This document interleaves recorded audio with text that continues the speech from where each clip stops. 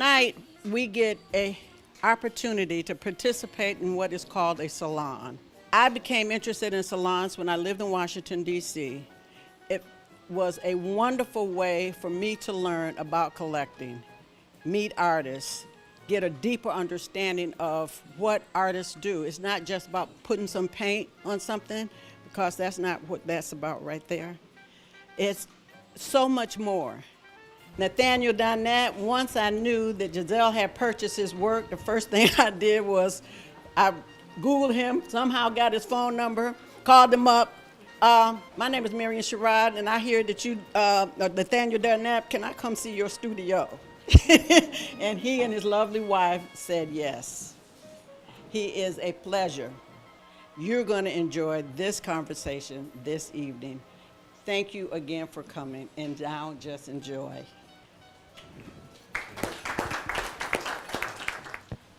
So I self-identify my entire process, a term called dark imaginariance. And dark imaginariance is not only the outcome of the work, but it's also how I actually take in the work. It's from point A to point Z. So the fact that if I see something interesting or something that's unusual or something, or I'm reading about something or whatever, that starts the process. And for me, the dark imaginariance is the unknown. I try to work from making questions, questioning all these different things instead of like necessarily looking for solutions. I'm always asking questions. What question gets me to the truth? What question gets me to something absurd? What questions get me to something that I'm not familiar with? And once I get to that point, then it's about the material, right? And I guess simultaneously, I'm also trying to figure out other ways, other perspectives to look at whatever the idea is about. And when I talk about material, everything is a material to me. And everything is an art space to me, meaning my work is not restricted to like traditional art spaces. My work exists in communities. My work exists online. My work exists in newspapers. So I try to create or make things that resemble the human condition or humanity, meaning that there's a multiple way of existing as a human being, meaning we're very complex. There's no singular static way of existing, right? So I look at my practice that way. So there's no singularity in it. It's not static. It's not formulaic. It's just about me coexisting with the world or society, you know, or just my ideas. I want to say that there is an object that's made like this object, but there's also an experience that doesn't have anything to do with objects. You know, just for like example, an installation is just about an experience. You don't necessarily leave away with a thing in your hand, but you leave away with a experience, you know, some type of phenomenon that exists. So. Nathaniel, how old were you when you realized that you wanted to be an artist and that you wanted to make your living as an artist? Well, I realized I wanted to be an artist. Well, I didn't know what the word meant. Like, I didn't know that the word artist was a thing. But I knew I wanted to do what I do, maybe at 3, 4 years old. But there was also the music thing too. Well, what led you, say, to the art department? What led me to the art department? It was black. It was familiar. Yeah, John Biggers. Those things led me to TSU. I mean, I can't really see myself doing anything else, honestly. Maybe doing something in addition, like teaching or something like that, but I have to be in some kind of creative space. It's just, I can't see myself not being in one. how do you go about deciphering what's here in the environment, and what are you working on? If you will share with us, what are you working on right now? Oh, I will share that. I'm working on a couple of things. So in terms of Houston's environment, it's coincidental, really, because I grew up in Third Ward, and I went to Jack Yates, All right. graduated from in the house. TSU, and if you look that name up, Jack Yates is a very, very important person in Houston's history because of what he and others were able to accomplish in terms of like creating Emancipation Park. So there's a lot of history there, and that set the tone of what my interests are. In addition to that, my grandfather, who was like the male figure for me, he was a, what do you call it, landscape person. Every male in the family who reached the age of 11 had a job if they wanted one. I mean, it was no option. You had to work with them. You know, then you just got to figure out. Job. Yeah, like on Saturdays, you know, you got to figure out how to get out. For me, because I like cartoons, so I worked a lot in the summer, but like on, you know, I had to see the cartoons, obviously because of the visuals, you know. So, but in addition to that, though, I want to really express this.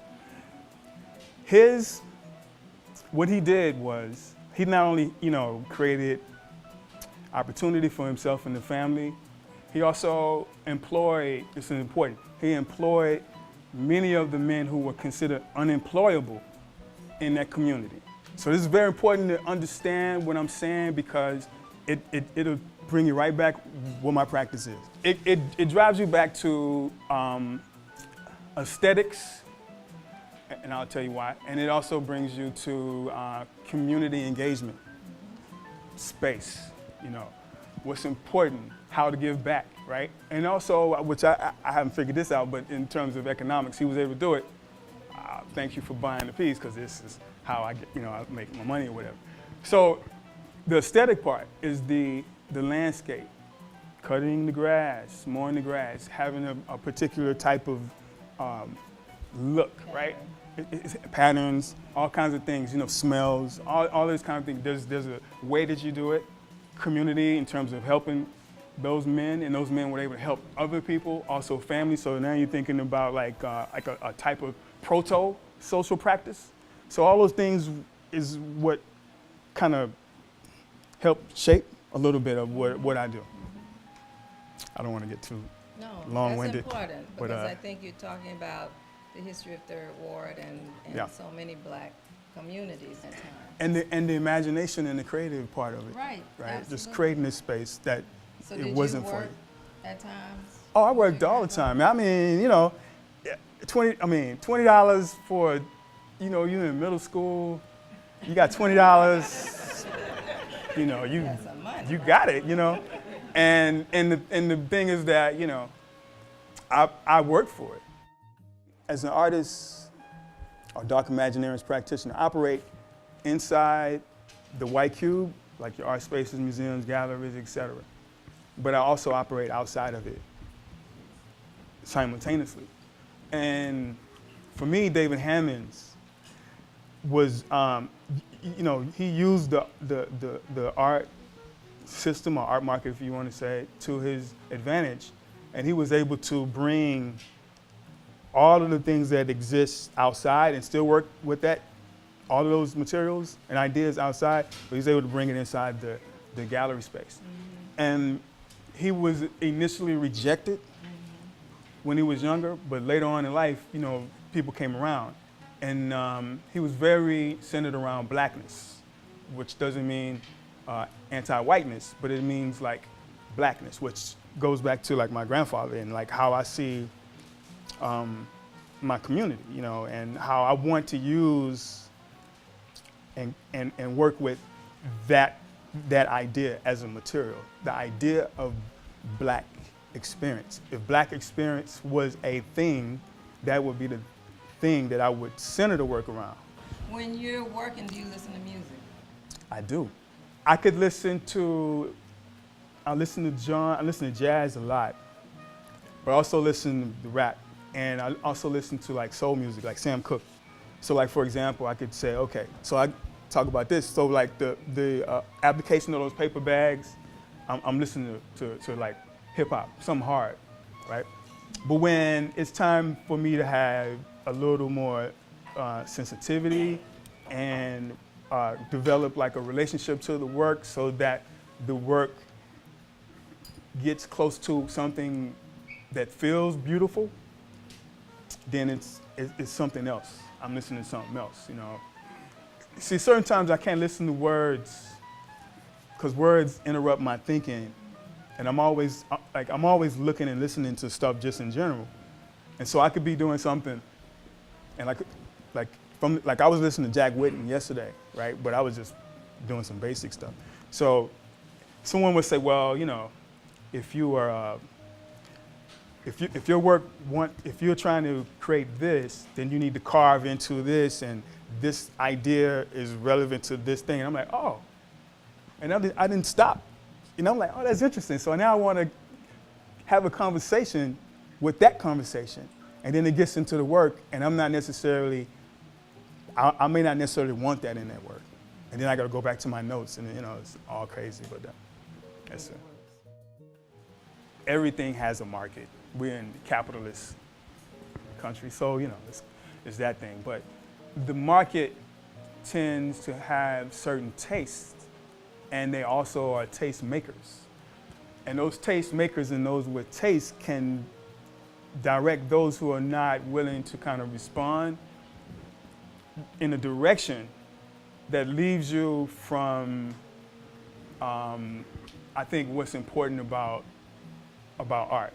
Now, I'm not saying that all art has to look the same, or I'm not saying all art has to say the same things or come from the same space. But what I'm saying is when what you're making, unless what you're making is just to make money, I don't necessarily think it's true. In the sense that it's being, there's a conflicting issue there, because there's the issue of just being, I'm making this thing because I want to make this thing, I want to have this conversation or whatever, versus the market saying, you know, if you paint those green, then guess what? You're going to get paid. Now, I don't mind getting paid, but I don't even have green paint. So why would I do it? You know what I mean? So that's a conflict, and so, or an issue for me. And I'm not saying everybody adheres to that view, but I'm just saying that's where the issue lies for me in terms of that space. And then I think there's also this controlling factor. Once your interests change, then are you still marketable? Are you still value to that particular space? On the other hand, if I go outside, right, and I get a spray can and just spray my name on it, it's going to exist. And if it exists, there's no market telling me that it's valuable or not. People will go by and see it, or they won't go by and see it. The interesting thing is, and I thought about this, is like even if you want to argue that point and you say, okay, well, what about the person who owned the building, right? That's connected to capitalism, and they maybe a real estate, whatever. Well, look, that person that owned that building paints over that piece. It's one thing Basquiat said, and Miles Davis said too, in a different way. Like, when you remove something, that's why he crossed out a lot of his work, you bring more attention to it. So even if the capitalist building owner paints over that thing that's on the outside, it's brought attention to that. Like the murals at TSU. Yeah, exactly. And not only brought attention to the visual of it, but it's brought attention, or that situation has brought attention to the condition that is existing in right now, right? So what does that mean if I paint over this piece? What does that say about the community? What's going on there? What does that mean in terms of development? What does that mean in terms of gentrification? What does that mean in terms of erasure, right? Presence, visibility, all those kind of things are important. So I think that's why I have to exist outside, and I think I don't want to weigh one more than the other, you know. And also I think there's also that thing about this conversation about high art and low art. what's in the museum is supposed to be important. Whatever's outside is not, right? Or you know, you are outsider or whatever, right? And see, my argument is about all these things. You know, not everything, but like all of these things that exist, that's going on in the museums, installations, whatever. All these things have already existed. I mean, you're talking about environmental art when it's labeled, but people have been doing environmental stuff forever, like my grandfather, right? That's the prototype. And then you say, okay, well, let me get this theorist.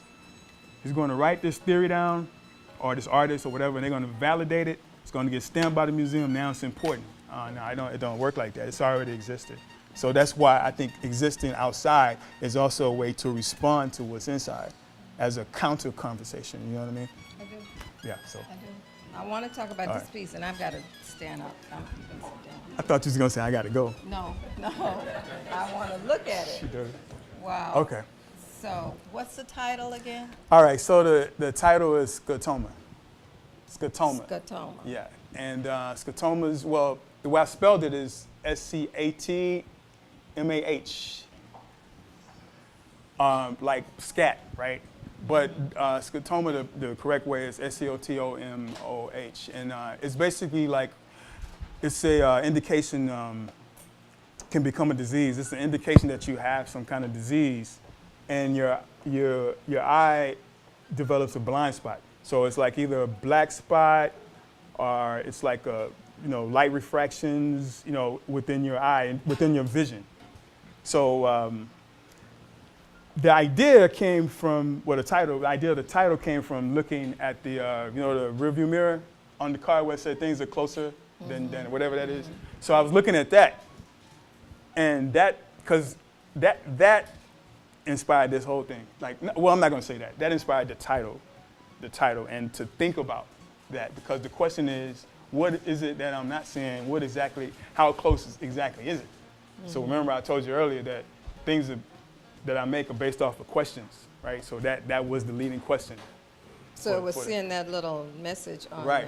I'm just looking at the mirror. I mean the side mirror, whatever, and it's saying that the little text.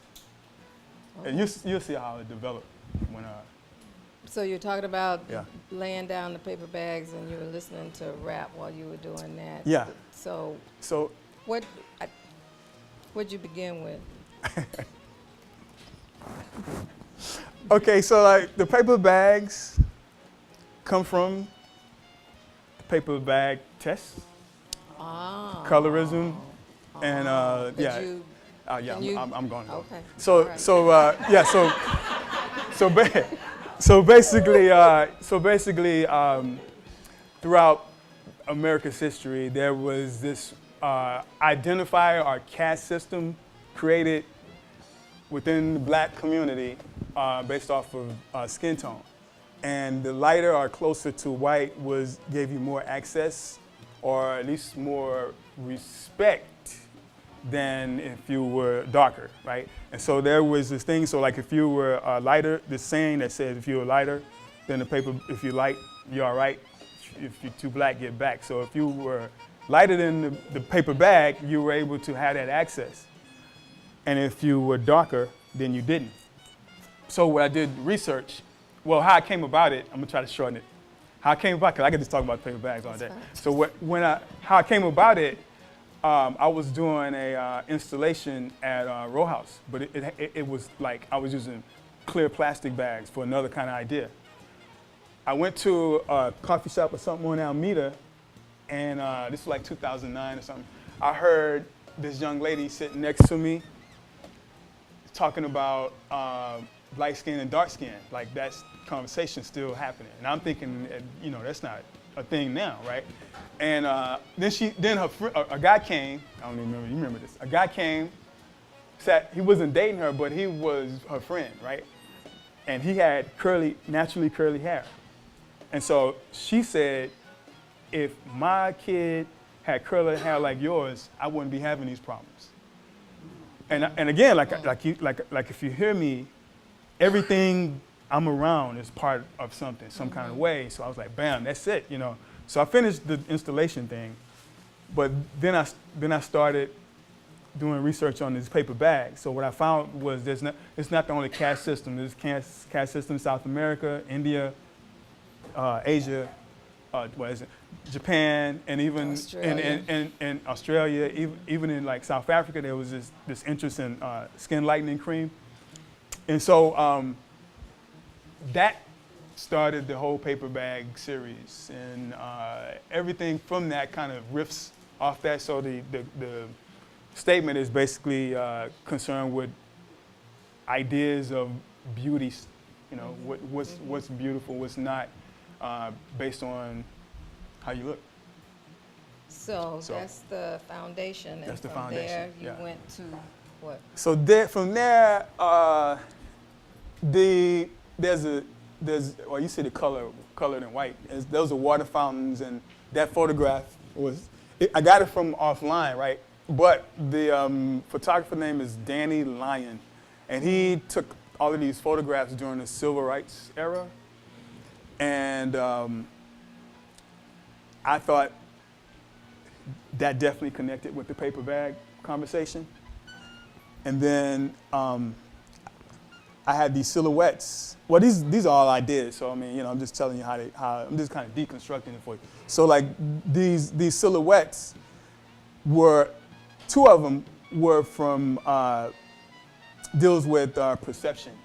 So he gonna know what I'm talking about. So the red shape is a flower pot that's knocked over, and it comes from De La Soul's album De La Soul's Dead. If anybody knows De La Soul is. De La Soul is a rap group, and this album came out in 91, I think. And the idea behind that album, their first album was they were kind of identified as this hippie group. They were not gangster. They was from New York or whatever, and they were not gangster. They were more about they were considered a group about love, right?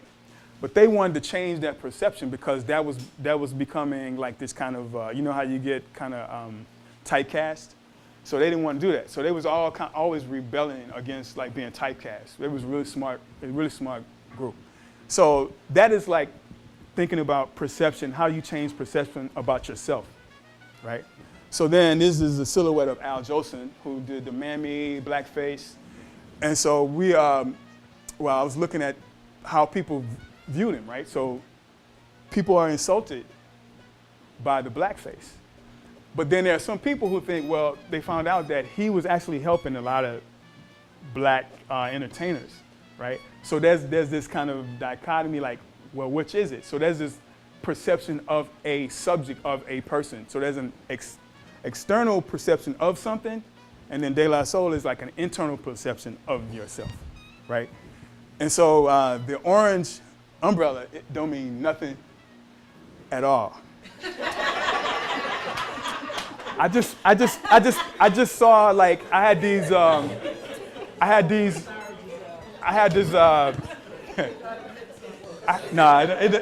it's whatever you want it to mean, really. But it's okay. But some people say protection, but what it was is that in the studio I had these plastic pieces that was just all plastic of like umbrellas, and those pieces it didn't connect. Maybe it was subconsciously, but those pieces were about when, because I was still thinking about light skin, dark skin, when people would tell some of their kids to not play in the sun because you don't want to get dark, because of whatever those consequences are for being dark skinned, and so people would carry umbrellas, But that was those other pieces, and I just happened to look around and say, oh, that'll work, and boom, there it was.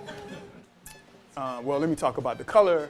If you're interested in why the color decisions, they're based off of the Great Migration series by Jacob Lawrence. So these primary, secondary colors, red, blue, green, yellow. So that's that. And so the kids, I did all of these series that had figures in them that were representational. They were all kids. They were not adults. And I was inspired by my daughter. And so basically, she seemed at the time to be a little troubled. So I just thought it was really interesting. But then I never like to draw faces. I'm very capable of doing that, but I didn't want to because I think the silhouette leaves more space for people to imagine and not be so direct on what I'm trying to say. And so I came up with the plastic as a sculptural kind of component by accident, because I was the first ones I've done. The first ones I did were like 2008. So I've been doing those for 10 years, and I don't really do them as much really. But I was shading in the face, and I just happened to have plastic there, and I was like, it would be really interesting to confuse the expectation of what a drawing means, right? And I just did it, and so that's where that. Now the eye chart, if you see the eye chart is cracked, but it's also the first. Is that what he said? Yes, a cracked eye chart, but it's also a glass. Because remember, we're talking about scotomas and blind spots, vision. We're talking about perception and all those things. So if you remember the Memphis strike, Tennessee Memphis strike. So the I am a man. So if you look at the chart, it says I am, but the other stuff is illegible in terms of like the reading. So what you're doing is, if you look at it all together, it's like you're really looking through time, and you're thinking about the idea of perception. And so there's like a time frame. So you're thinking about Jim Crow, you're looking at Al Jolson in his 20s, Jim Crow 60s, Jacob Lawrence 40s, De La Soul 90s. This guy here was in I think it was 2010, 2012 when I drew it. So you're looking at a whole timeline. The only thing I missed was the 70s and the 80s. So. So for me, the umbrella reminds me of Ghana. And and the kings who always Yeah, came that's out right. in procession That's right. under an umbrella. That's right. And it's so front and center. Right. Thank you for deconstructing and sharing all of these ideas. I know you all have lots of questions.